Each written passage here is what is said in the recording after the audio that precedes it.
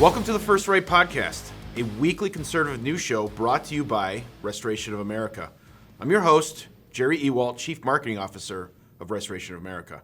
Today, we are blessed to have Amanda Milius, the superb producer and director of one of the most important documentaries of our time, The Plot Against the President. The movie the liberals love to ignore is even more relevant today because some of the same villains are continuing to plot against Donald Trump. Well, Amanda, welcome to our show. Thanks for having me. It's good to be with you guys. Yeah, we're really excited to have you. And before we get into the documentary and all the great work that you've been doing, I want to know a little bit about who you are and a little bit of your background. Sure. Most people who know who I am, I know that my dad was a filmmaker in the 70s and 80s mostly. He did Red Dawn, he wrote Apocalypse Now. He directed and wrote Conan the Barbarian, Red Dawn, Wind the Lion. Basically, if you're a conservative in the least, you are a fan of one of my dad's movies. He wrote Dirty Harry with the great Michael Cimino. So I started out being the child of like the only two conservatives in LA, perhaps, besides I suppose the Eastwoods. But so my mother also is a champion sporting clays shooter, and I learned to shoot at a young age. And so my actual first entry into political issues, I guess, via them would be the Second Amendment. That was something they were always, both of them were at some point on the board of the NRA, and I think I was signed up as a life member before I got home from the hospital. So we're very pro Second Amendment in my family, and but so I ended up worked in and around the film industry for years and the fashion industry, and then kind of had what some might say was an identity crisis, and basically got super obsessed with politics, as most people did, around more so because of the Trump element in 2015, because this was somebody who actually spoke to me really was more along the lines of where my family stood than any Bush Republican in 2015. And so I had just finished touring my short film, my thesis from USC Film School, which had actually done really well. I'd gotten into 40 different film festivals. I was kind of on my way to do the normal movie director path. And I just was so dismayed with Hollywood and so grossed out by it that I ran away and joined the Trump campaign and volunteered. And then, I moved to Nevada, lived in a little hotel for a while and just worked for them. And then we won, and this was in 2016. And I was then asked to join the inaugural committee, which I think is where they kind of put people from the campaign that they're not quite sure. You've never worked in politics before. Here, go throw these parties. I knew how to do that well. So from there, I got hired at the State Department, where I worked for 3 years. I worked at the White House for 6 months. Then I left to make the movie Plot Against the President, because I had access to people that nobody else had access to. And I saw the whole story from day one unfold in front of me. And I felt very confident in Lee Smith's version of events, which was the book the movie's based on. Yeah, so a bit of an outlier, if you will, in the film industry.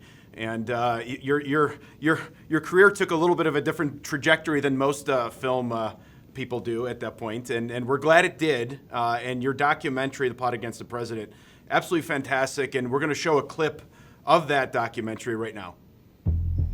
The most powerful organs of the state are not merely corrupt, but that they've been weaponized to go after perceived domestic enemies.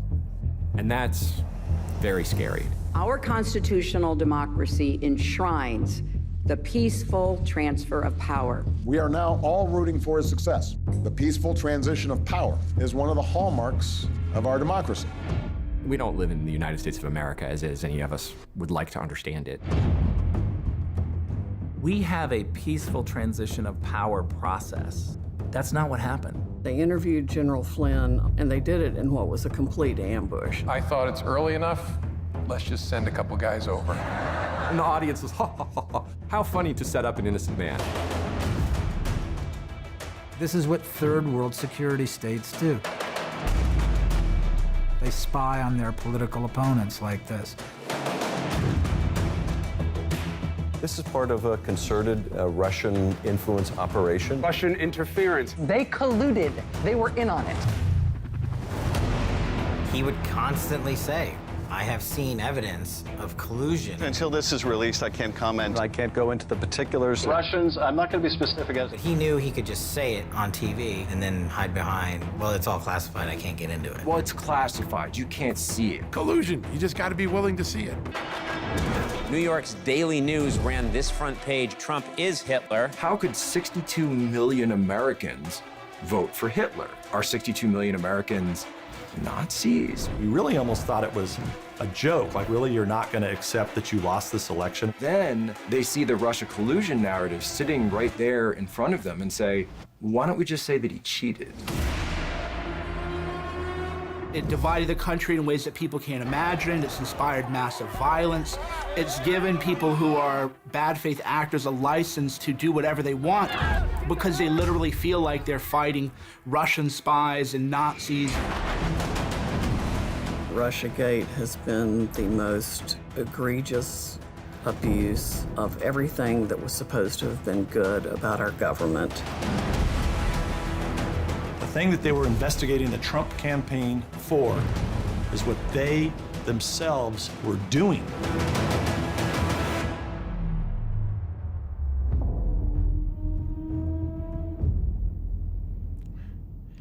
So, Amanda, when you watch that trailer, it is hard not to get drawn in and want to learn more about what's going on. So this is the biggest, one of the biggest scandals in American history, and yet the establishment will refuse that it even exists. I mean, how do you process something like that? Well, I mean, we live in two different realities. The question often is, do they know that they're lying, or are they just trying to maintain power? I believe that they do know that they're lying, and they are just trying to maintain power and control because of what we've seen since the movie came out. The movie came out in 2020. It was the top documentary on Amazon for a year and a half, but of course the New York Times won't touch it. They won't review it. The closest we got to actually mainstream, fairly fair coverage was from the Hollywood Reporter, who put the trailer out. And when they did put that trailer out, their site crashed. And that's how many people were interested in it. And this is not like putting it out on any old website. I mean, they play trailers that is what that website does, is they reveal trailers. Like that's like what they're built for. So obviously there's a huge amount of people in the United States that are not enthused about Hollywood movies, and frankly, there's also the secondary need to tell the truth, which is what I and my company am concerned with mostly. The other issue, and the reason that I think this movie speaks to people, is because I do have a classical training in filmmaking. I do have a lifetime of working on films at different levels, and I'm not just somebody who picked up a book or found an issue that they cared about and decided that thus they were entitled to make a movie about it, which is why so many conservative movies kind of get that feeling like you're watching homework.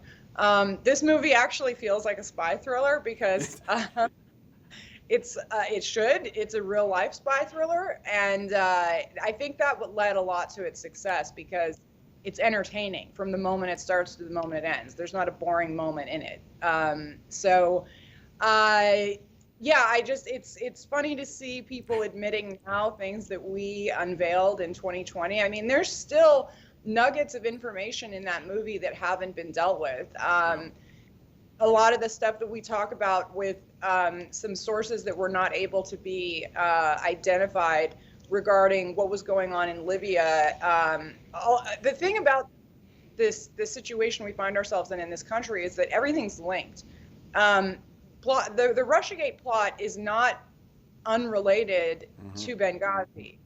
and all the other horrific things that we've been lied to from the powers that be for so long. And it's certainly not unrelated to what happened afterwards in 2020 and what continues to happen every day.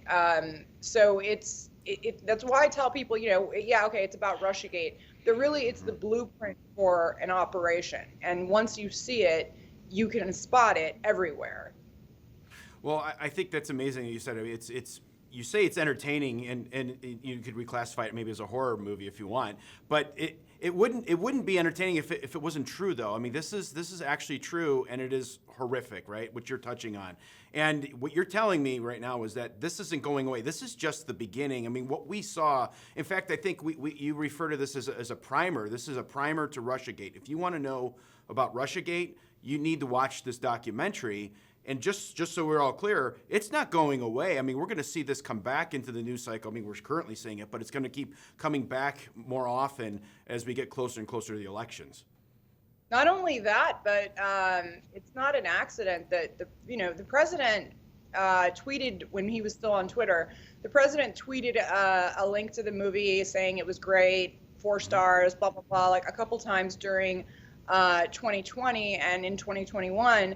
Until he was banned. But like last week, right after the raid of Mar-a-Lago, he retweeted it on Truth Social again. And I have to tell you that that's not an accident. There is a reason why it's incredibly important that people understand the ins and outs of Russiagate as what is about to unfold in the next weeks and months unfolds. It couldn't be more important to see it now if you haven't. Yeah, I mean, one of the things that you'll see when you watch the documentary is some of the key players in Russiagate in your documentary are the same people popping up right now in Mar-a-Lago, the raid. That's right. And Kash Patel in particular just released a statement about how, you saw the affidavit associated with the warrant for the raid of Mar-a-Lago. And the affidavit is like 80% redacted, but they leave Kash Patel's name out, which is a danger to his life and his security, his family, etc. And that's not an accident either. And you get to know Kash Patel and his story extremely well in Plot Against the President. I would say if Devin Nunes is the John Wayne of the movie, Kash Patel is kind of like the classic fiery sidekick, who's like willing to crash through the window at the last minute and save the hero, and he's just absolutely the scene stealer of the movie. So if you haven't seen it, you have to watch it. If you have seen it, refresh your memory, because all these names are about to come out again. Well, I just went back and rewatched it, right? And I realized that so much of what you said was very, what I would say, prophetic, and also a sign of what's going on right now. I have to ask, how many people have watched it, right? Because it's so important that people see what's going on and become awake to what's happening and see the truth. How many people have watched this documentary? Do you have numbers on that? Well, they grow every day, and the way that we receive numbers are usually about at least 3 months behind. So this recent upsurge has been massive. So I don't even know what the numbers are yet on the newest sort of re-push of the movie, especially with the president tweeting it out and Kash Patel and people like that, and Devin Nunes and everybody putting it out as much as possible. But it did stay at the top of Amazon for a year and a half with absolutely no traditional advertising, and word of mouth, and shows like yours and all the other people who have supported it. And people watch it multiple times. That's the other thing is it's a very dense movie. It's exciting and it's thrilling, and it's not like watching homework.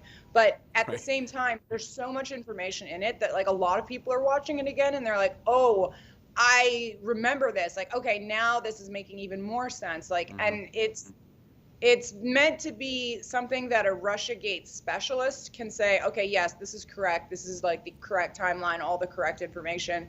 But also somebody who, frankly, mom and dad America, who don't have time to, figure out Russiagate in their free time when they're working 2 jobs, can watch it with the family in 90 minutes and become an expert. So that's the point. Well, and you're right on with that. It takes a while to kind of track all these things down. There's so many players, so many bait and switches. People are moving in different directions. Like you said, it's like a spy movie. And so it's hard to follow that. And what you've done very well is you've put that together in one package that's, I'll say, easy to digest. And you will come away with really understanding what's going on and how this is the biggest scandal, at least in modern America, and what's going on currently. It's not over. This isn't something we've uncovered and we say, hey, let's never do this again. We're still in the middle of this movie, if you will. Yeah, I mean, a lot of people are saying, when are you going to do Plot Against the President 2? When are we going to see the next part? And I'm saying we're living in it right now. So, I mean, that's a possibility. And I do have plans. Lee Smith and I will be working together again shortly. And there's my company is in the middle of putting together an 8 documentary slate. So we're about to be pumping out a lot of material. Not everything directed by me. I'm more of I'll probably direct like 1 or 2 of them, but I really produce more, which is weird because everybody wants to direct. That's sort of a joke in Hollywood. Like, what I really want to do is direct. And I do enjoy it. And I am classically trained for it, but I've noticed that it's almost a gift I can give to the movement to properly produce movies, so they stop putting out just random, what I would call videos on YouTube that have no classic structure to them and are really hard to watch. So I want to give the movement a place where we can make quality material that's exciting and not a homework assignment. So the Plot Against the President, that is a classic red pill, right? So I have to imagine you've had some really great conversations with friends in the film industry that typically have been a little bit leaning towards the left, we'll say. Tell me about how some of those go. When they watch your movie, what is the reaction? Well, there's not a ton of people left from my old life in the film industry that still talk to me. I think it was me joining the Trump administration that did that. So I don't really care what most of them think. I don't care what mainstream Hollywood thinks. However, I will say that the movie has red-pilled a lot of people. A lot of people write me and say, oh, I just showed this to my wife or my girlfriend or my neighbor or my whoever that didn't really understand Russiagate and didn't really believe in it, and or they think that Trump is bad or whatever it is. And really all it takes is watching this movie one time and people's brains get just totally opened up to the reality of things. Which is one of the nicer things I've been able to do is, get people to start thinking about what the media is telling them in a different way and ask questions like, where is this information coming from? Because basically, I mean, we've had a country that's been under the spell of the media for, 40 years, and the media is, except for independent media, really just the comms department of the intelligence community. So Americans need to know that as they digest information about what's happening every day. So it's a reason why this movie is really important. Movies like Hoaxed by Mike Cernovich and Scooter Downey and John DeTuat are really important. It's movies. I'm not the first person to make either what you could call right wing or dissident film. Lauren Southern's been doing a lot of this stuff very bravely from a very young age for a long time. And a lot of the different directors I've been talking about. The thing that's great about this is now we have more of us, right? Like, that's an industry. I'm always supportive of more voices, not less. I think for a long time, conservatives have only had one filmmaker to look to for every 4 years making a movie that they might agree with, even if it lacks any cinematic taste or style. So now at least we're opening it up to a new generation of filmmakers that will have an industry to compete with. It's not just one company, it needs to be many companies. So I'm looking forward to working with a lot of the up and coming dissident directors and making really free from the chains of Hollywood new content. No, we're here at Restoration America. We're big fans of the documentary, but I think what I'm more excited about is that you're doing a lot more. I heard 8 more. You're opening up to a lot more people because that's what we need, right? We need people getting the word out, getting the truth out. Because this might be oversaid, but I don't think you can oversay it. But we're in a very dangerous time in our country right now. We need to get that truth out immediately.